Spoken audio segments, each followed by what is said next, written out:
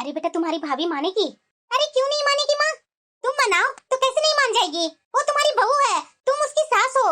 अरे हाँ माँ जी, बहू बिल्कुल सही बोल रही है। आप सास होकर के अपनी बहू से इतना डरते हैं?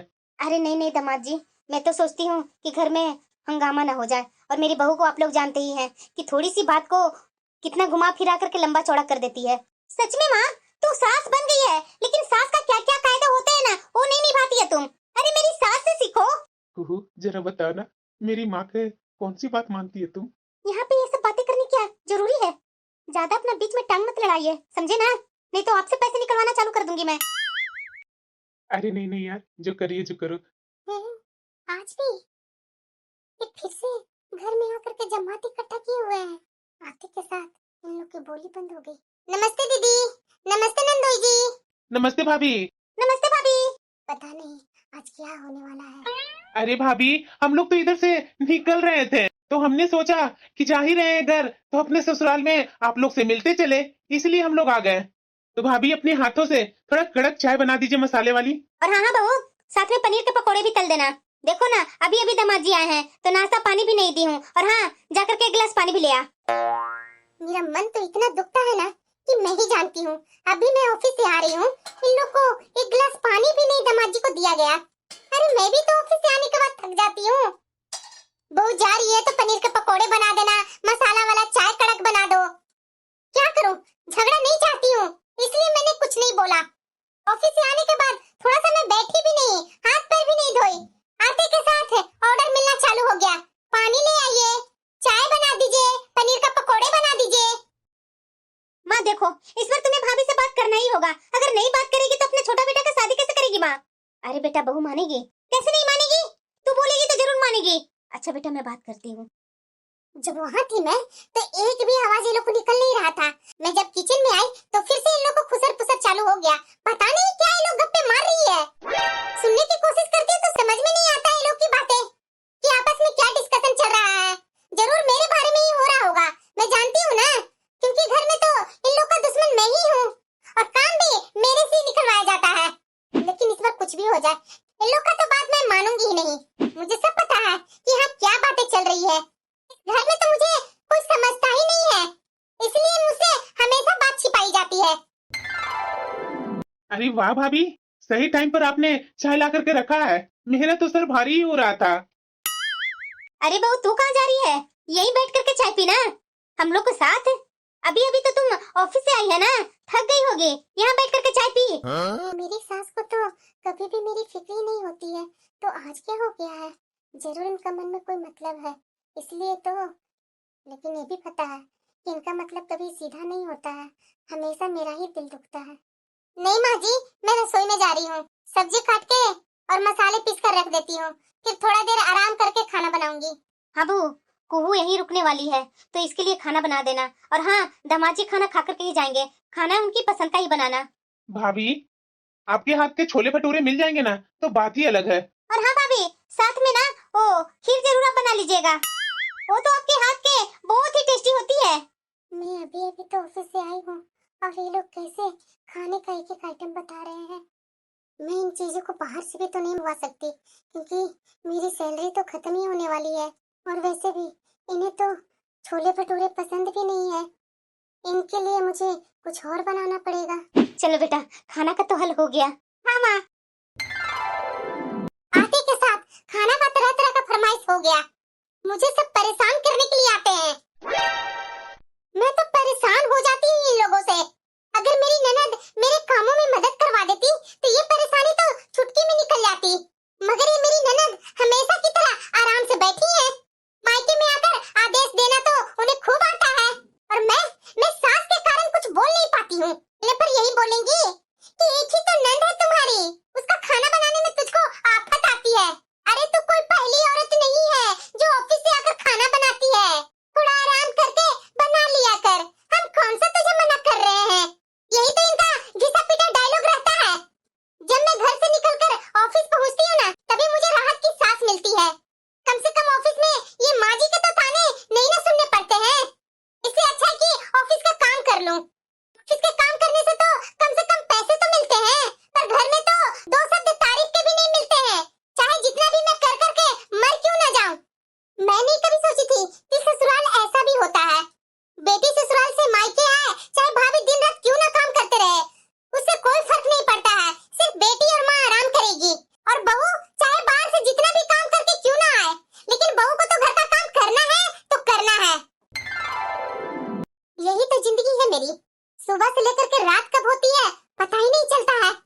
भाभी क्या हुआ देवर जी? जरा एक गिलास पानी दीजिएगा, मैं माँ के पास बैठ रहा हूँ। हाँ, मेरे लिए चाय भी बना दीजिए, वो मसाला वाला। इस घर में मैं ही सिर्फ एक नौकर हूँ, बाकी तो सब घर के मालिक हैं। अरे मैं भी ऑफिस से ही आई हूँ। अरे मैं भी इतना ही थक जाती हूँ, मगर इन सबको मेरी तनख्वाह के अलावा किसी बात से मतलब ही नहीं है। महीना होने को आता है तो तनख्वाह के बारे में सब पूछना चालू कर देते हैं कि कब मिलेगी तनख्वाह, कब मिलेगी तनख्वाह। किसी को भी मेरी शारीरिक और मानसिक हालत से कोई लेना देना ही नहीं है। भाभी एक मिनट। क्या हुआ देवर जी? भाभी मेरे लिए कुछ स्नैक्स कर दीजिए, बहुत भूख लग गई है, और खाना बनाने में तो आपको 1-2 घंटा लगेगा ही। अरे कुहू, अरे तुम ही अपने भाई के लिए स्नैक्स बना दो ना। अरे देखो, ऑफिस से आते ही भाभी काम में लग गई है, जाकर थोड़ी मदद करवा दो ना। मैं समझ रही हूँ, ये नंदू जी ना मुझे दिखाने के लिए सब कर रहे हैं। भाभी मैं ऐसा करती हूँ ना कि चाय बना देती हूँ भैया के लिए, स्नैक्स हाँ बना दीजिए। मैं समझ रही हूँ, ये ननद रानी पुराने ही तरकीब लगा रही हैं, और ये नंदू जी क्या सोच रही हैं भाभी? मैं बना दूँ क्या चाय? हाँ दीदी, आप बना दोगी तो अच्छा ही होगा, और वैसे भी मैं बहुत थक गई हूँ और खाना भी बना रही हूँ, और देवर जी भी बोले हैं स्नैक्स बनाने के लिए, तो भी मैं बनाने ही जा रही हूँ। आप नहीं सुधरने वाले हैं ना? आज तो आपने कह दिया, लेकिन आइंदा से ऐसा कुछ किया ना, मुझसे बुरा कोई नहीं होगा, समझे ना? भाभी दूध कहाँ है? दीदी फ्रिज में दूध है, ले लीजिए फ्रिज में से। ये मना भी नहीं कर सकती थी कि रहने दीजिए दीदी, मैं कर लूंगी। कितनी चालाकी से अपनी ननद से ही मैंने चाय बनवा ली। अब मैंने सोच लिया है कि इनके पैतरे ना अब इनके ऊपर ही डाल दिया करूंगी। लेकिन एक बात मुझे समझ में नहीं आ रही है कि कुहू दीदी आखिरकार यहाँ क्यों रुक रही हैं, और ये लोग धीरे धीरे क्या बातें कर रहे हैं। अरे कुहू और दमाजी, आप लोग यहाँ? अरे हाँ बेटा, देखो ना, ये दमाजी को मैं बराबर बोलती हूँ कि दमाजी इतना भी क्या जरूरी है। ये इधर से गुजर रहे थे तो बोल रहे थे कि आप लोग से नहीं मिलता तो मेरा मन में चैन ही नहीं रहता, इसीलिए दमाजी और ये कुहू दोनों अपने घर में आ गए। अरे अच्छी बात है ना माँ, ये दमाजी घर को अपना समझते हैं, तभी तो आ जाते हैं ना हम लोग से मिलने माँ। हाँ बेटा, बात तो बिल्कुल सही बोल रहा है। और रुपेश बताओ, काम वाम कैसा चल रहा है? सब अच्छा चल रहा है भैया, आइए ना बैठिए ना। अरे यार हाथ पैर धोऊंगा, उसके बाद ही मैं बैठूंगा। हाँ बेटा, जा हाथ पैर धो करके आ, बैठ करके बातें करते हैं। और बहू जा मेरे बेटे के लिए चाय बना दे। जी माँ जी, मैं भी इतना क्यों खुश हो रही हूँ। ये लोग हफ्ते में तो 2 दिन यहीं आकर के खाना खाते हैं और खाना लेकर जाते हैं। सच्ची में कुहू, खाना तो भाभी ने बहुत अच्छा बनाया था, पेट भर गया लेकिन मन नहीं भरा। इनको तो अपनी भाभी की बड़ाई तो मुंह से छूट ही नहीं रही है। दमाजी अच्छे से घर पहुंच जाइएगा, और हाँ फोन कर दीजिएगा। हाँ हाँ माँ जी और भैया, अब मैं चलता हूँ घर। हाँ हाँ ठीक है रुपेश, अच्छे से जाना। ठीक है माँ, अब मैं थोड़ा अपने रूम में रेस्ट करूंगा, बहुत थक गया हूँ। हाँ हाँ बेटा, जाओ रेस्ट कर लो। मेरा भी खाना हो गया माँ, अब मैं भी जा रहा हूँ अपने रूम में रेस्ट करने। अभी रेस्ट करने कहाँ जा रहा है? इतना तो थक कर आया नहीं है। चल दोनों मेरे कमरे में आ। माँ तू भी ना। अच्छा ठीक है, चलो मेरे कमरे में चलो। अरे जल्दी आना, मुझे तुम दोनों से अकेले में बात करनी है। ठीक है माँ, तुम चलो, मैं आ रहा हूँ। चलो सारा काम तो हो गया, अब मैं जा करके अपने रूम में रेस्ट करूंगी। भाभी हम तीनों के लिए कॉफी बना दीजिएगा जरा। क्या? हाँ भाभी, हम लोग तीनों के लिए कॉफी बना दीजिए, सो मत जाइएगा, हम लोग तीनों माँ के रूम में बैठे हुए हैं। इनकी बातों पर इतना गुस्सा आ रहा है ना कि मैं क्या बोलूं। और वैसे भी ये देवर जी यहाँ आकर के बोले हैं तो बना कर देना ही पड़ेगा, फालतू में रात में सोने से पहले झगड़ा होगा। इससे अच्छा मैं बनाकर दे ही देती हूँ, टाइम कितना लगेगा। अरे ये लोग चैन से मुझे सोने तक नहीं देते हैं। इन लोगों का क्या है, इनको थोड़ी ही सुबह उठ करके इतना सारा काम करना पड़ता है। अरे बेटा, जा रही है तुम्हारी भाभी। मैं सब सुन रही हूँ, जरूर कोई बात है, और थोड़ी ही देर में कोई जरूर बम फूटने वाला है। बहू 1 मिनट इधर आना। हाँ माँ जी। बहू मैं ये कह रही थी ना, अब तुम्हारे देवर की शादी होने वाली है, और तुम्हें तो पता ही है बहू कि कमरे सिर्फ हमारे यहाँ 3 हैं। तुम्हारे देवर के लिए भी तो कमरे का इंतजाम करना होगा ना बहू, तो इसीलिए बोल रही हूँ कि अपने देवर के कमरे का इंतजाम कर लो। क्या माँ जी? अरे क्या बोल रही हूँ, तूने सुना नहीं क्या? पर माँ जी, जिसकी शादी है वही इंतजाम करेंगे ना, और वैसे भी 3 कमरे तो है ही है, तो बनवाने की जरूरत भी नहीं है। ये क्या बोल रही है बहू? एक कमरा कुहू के लिए भी तो होना चाहिए ना, वो भी तो आकर के कभी कभी रहती है यहाँ। वाह दीदी, ससुराल में रहने के बाद भी मायके में 2 गज जमीन चाहिए। अरे दीदी कुछ तो शर्म कीजिए ना, अपने भाई के लिए कमरा नहीं छोड़ सकती हैं आप? और बल्कि आप तो ससुराल से 2 दिन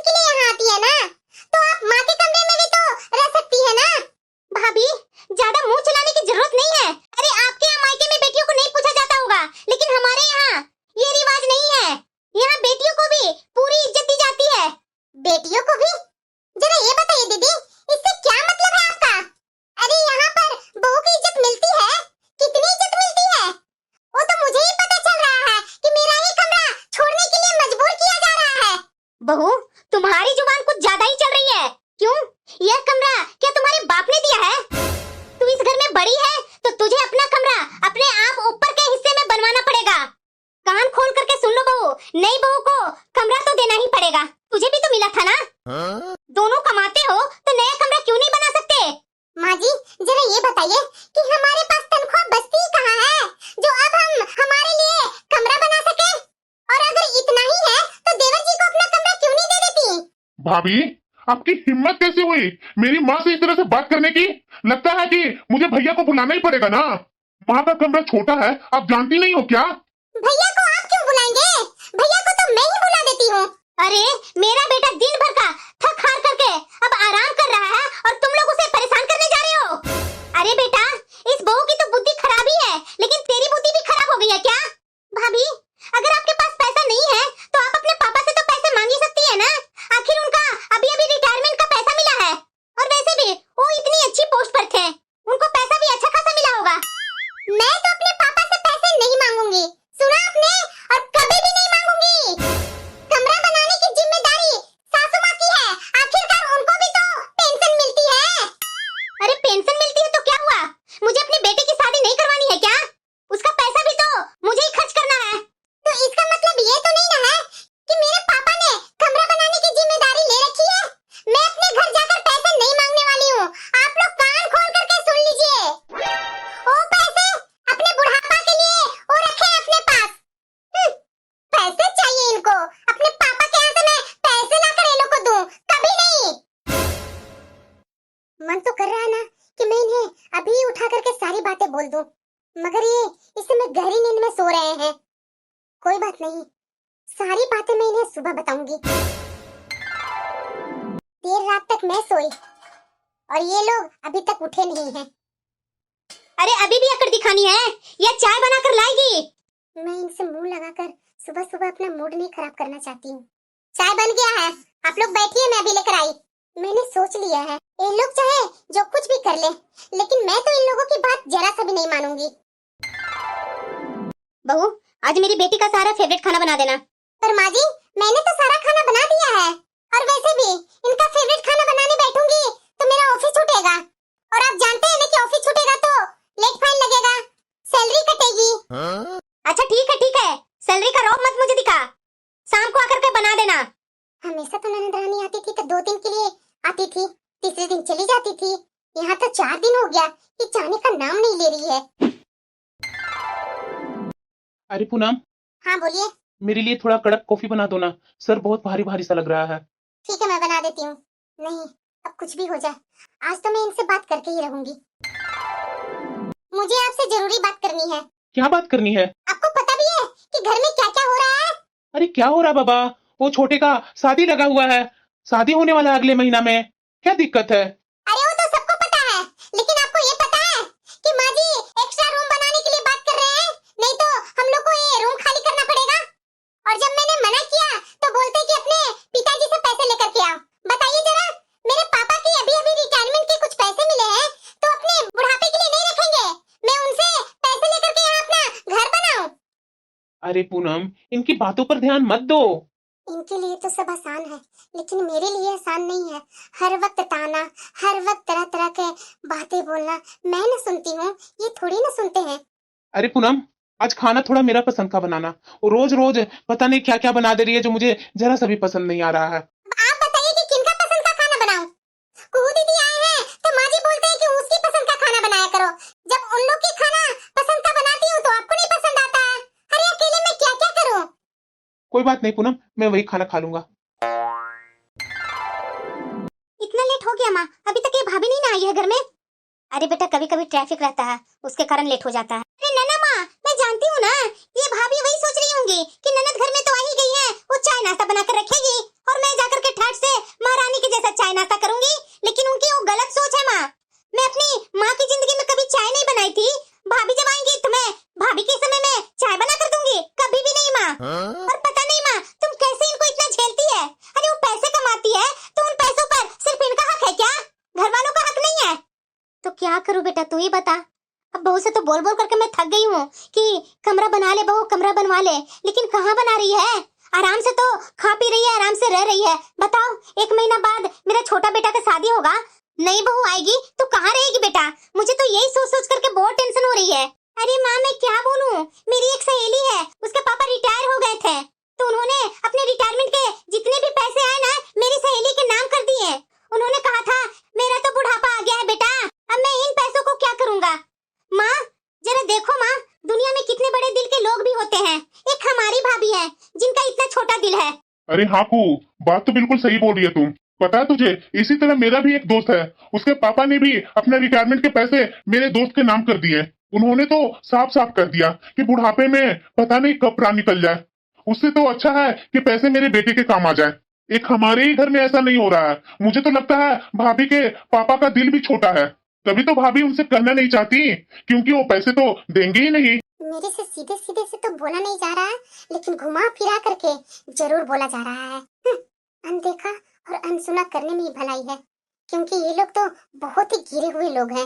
पैसे देने के बाद भी ये मेरी इज्जत करने वाले नहीं हैं। देख रहे हैं छोटे भैया, इतना बोलने के बाद भी ये भाभी के कान में जू नहीं रेंग रहा है। सुनती है लेकिन इग्नोर करके निकल जाती है। बहू क्या हुआ माँ जी? मेरे लिए दलिया बना देना, मैं रेगुलर वाला खाना नहीं खाऊंगी। ठीक है माँ जी। पता नहीं माँ, इतना पैसा छाती पर लेकर कैसे जाएंगे? अरे माँ मरने के बाद तो सब यही रखा रह जाता है। अरे थोड़ा सा औलाद को देने में क्या बुराई है? मुझे तो यही नहीं समझ में आ रहा है। अरे हाँ बेटा, इसके बाप के मरने के बाद भी इसको भी नहीं मिलेगा, तो जीते जी क्यों नहीं दे देते? आखिरकार ये अपने बाप की इकलौती संतान है। अरे बेटा, हमें तो इकलौती बेटी से शादी करने का कोई फायदा ही नहीं हुआ। कितने सपने देखी थी, सोची थी यही कि अपने बाप का सब लेकर के आएगी। ये तो हम लोग को ही आंख दिखा रही है बेटा। आप लोग अपनी हद पार कर रहे हैं। अगर इससे आगे आप लोग एक शब्द भी कहा ना तो मुझसे बुरा कोई नहीं होगा। नई बहू के लिए कमरा अपने आप बनवाइए, मुझे सुनाने की जरूरत नहीं है। और रही मेरे मायके वाले को, तो ऐसे शब्द मेरे मायके वाले को बोलने की आपको कोई जरूरत नहीं है, वरना एक एक को देख लूंगी मैं। बहुत तुम्हारा मुंह चल रहा है ना, अब तो तुझे अपने बाप के पास से पैसे लेने जाना ही पड़ेगा। भाभी बेटा, इसकी तो रूप ही बदल गई है। माँ इनकी तो मैं आज खबर लूंगी। अरे नहीं बेटा, अभी तुम्हारा भाई का समय हो रहा आने का। पूनम, पूनम, माँ पूनम कहाँ है? हमें क्या पता है बेटा कि कहाँ गई हो महारानी, किसी को कुछ बताती थोड़ी ना है। मैं तो पछता रही हूँ बेटा, ऐसी बहू घर में लाकर। बताओ ना बेटा, यही बड़ी वाली ऐसी है तो ये छोटी आ रही है, तो दूसरी वाली कैसी होगी? जरूर पूनम ने कुछ की है, तभी तो माँ इतना आज भड़की हुई है। मैं भी काफी देर से पूनम के पास फोन लगा रहा हूँ, लेकिन फोन रिसीव ही नहीं कर पा रही है। मुझे तो लग रहा है कि जरूर अपनी बाप के घर गई है। आज तो लगता है पैसे लेकर के ही आएगी। मैं जो इतनी खुराक जो दी हूँ, अब तो काम आएगा ही आएगा। इतना देर हो गया, अभी तक ये पूनम घर आई नहीं है। माँ मैं उसके घर जा रहा हूँ, कहीं वो अपनी घर तो नहीं ना चली गई? लेकिन माँ उसे ऐसे गुस्से में नहीं जाना चाहिए था। हाँ बेटा, आज उसकी अच्छे से खबर लेना, किसी से भी कह के नहीं गई है। बिना कहे नहीं गई थी, बल्कि जबरदस्ती जाने को कहा गया था। ये क्या हो गया? ये तो पुलिस को लेकर आ गई। मैंने तो बस इसे पैसे लाने के लिए इसके साथ है उतना जाती की थी। बता, और धक्का देगी मुझे? माँ जी, मैं अपने आप को बचाने के लिए धक्का दी थी। आप कितना जोर से मेरा बाल पकड़ करके मार रहे थे। देवर जी, मेरा बाल छोड़िए देवर जी, मैंने आपका क्या बिगाड़ा है? अरे माँ, इसके मुंह में टेप लगा और इतना मारना कि इनका मुंह बंद हो जाए। देवर जी छोड़ दीजिए, बाल कमर जाएगा। बाल कमरेगा तुम्हारा? अभी देखना क्या क्या करती हूँ। माँ जा रसोई से गर्म चिमटा गर्म करके लेकर आ और दाग इसे। अभी ला रही हूँ बेटा। नहीं नहीं माँ जी, ऐसा मत कीजिए। आप लोग जो बोलेंगे वो मैं करूँगी, लेकिन नहीं माँ जी, अब नहीं, अब मत मारिए। आप लोग बोलिएगा तो मैं अभी अपने घर चली जाती हूँ और पापा से पैसों की बात करती हूँ। अच्छा, अब मैं समझी, ये अपना बाप के घर ना जाकर पुलिस स्टेशन चली गई थी। ये क्या है पूनम? ये अपनी माँ, भाई और बहन से पूछिए कि आपके ऑफिस जाने के बाद मेरे साथ ये लोग क्या क्या किए। कभी मानसिक पीड़ा दिए, तरह तरह के उलाहने दिए, उससे भी पेट नहीं भरा, तो ये आज मुझे ये लोग पकड़ करके मार रहे थे। आपका भाई, आपकी बहन, आपकी माँ जानवरों के जैसा पीट रहे थे।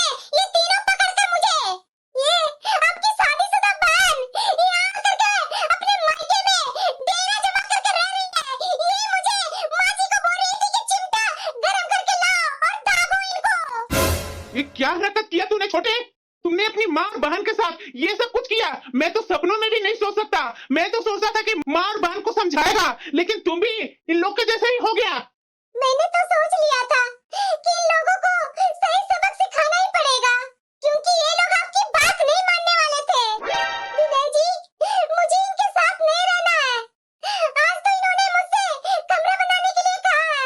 अगर कल इनकी पत्नी आ जाएगी तो इनकी पत्नी के आने के बाद फिर से ये लोग कोई और डिमांड रख देंगे, और मैं कहाँ से पूरी करूंगी? और इतना तो मैं जान चुकी हूँ कि ये लोग किसी भी हरकत पर उतर आते हैं। मैं इतना बर्दाश्त नहीं करूंगी। मैं एक पढ़ी लिखी लड़की हूँ, अब बर्दाश्त नहीं करूंगी। माँ और कुहू, तुम लोग से मुझे ये उम्मीद बिल्कुल भी नहीं थी। अब जो पूनम करेगी मैं उसके साथ हूँ। अरे बेटा। और हाँ मैडम जी, और आपका बेटा और आपकी बेटी तीनों के खिलाफ केस दर्ज है। चलिए पुलिस स्टेशन।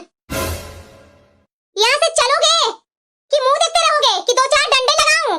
नहीं नहीं, चल रही हूँ। पूनम मुझे माफ कर दो, मैं तुम्हें समझ ही नहीं पाया। तुमने हमेशा बताने की कोशिश की, लेकिन मैं क्या करूँ। सॉरी पूनम। मैं समझ रही हूँ, लेकिन एक बात मैं आपसे साफ साफ बोलती हूँ कि मैं अब इन लोगों के साथ नहीं रहूंगी, क्योंकि इन लोगों को तो बेल हो जाएगी कुछ दिन में, लेकिन अब इस घर में मैं नहीं रहूंगी। अगर आपको मेरे साथ रहना है तो मेरे साथ अलग रूम लेकर के रहिए, लेकिन इन लोगों के साथ तो मैं नहीं रहूंगी। पूनम, इसकी टेंशन तुम मत लो। मैं हूं ना, मैं खुद नहीं इन लोगों के साथ रहना चाहता हूँ। हम लोग आज के आज ही इस घर को छोड़ करके चले जाते हैं। बहुत मुश्किल के बाद हमें बेल मिली है बेटा, पर माँ, तुम्हारे दामाद जी मुझे एक्सेप्ट नहीं कर रहे हैं। मुझे यहाँ से ले जाने के लिए नहीं बोल रहे हैं माँ। वो बोल रहे हैं कि मायके में जो की है यहाँ सब लोग जान गया है। मेरी माँ तुम पर बहुत गुस्सा हो रही है। बेटा मैं क्या करूँ? मैं कभी नहीं सोची थी बेटा कि ये इस तरह से मामला बिगड़ जाएगा। माँ, अब तुम ही बताओ, पूरी जिंदगी अपने मायके में रहूं? हाँ, तू जान ही रही है छोटा वाला भाई को, वो तो बड़े भैया के जैसे नहीं ना है। वो तो मुझे कितना सुना रहे हैं। माँ, मुझे मेरे ससुराल जाना है। मैं क्या करूँ? अपनी बिटिया की कैसे जिंदगी संवारूं? एक बार मैं बड़े बेटे के पास फोन लगा कर देखती हूँ, शायद मेरा फोन उठा ले। विनय, मेरा फोन मत काटना बेटा। बेटा, हमारी गलतियों के कारण हमारा परिवार बिगड़ गया है।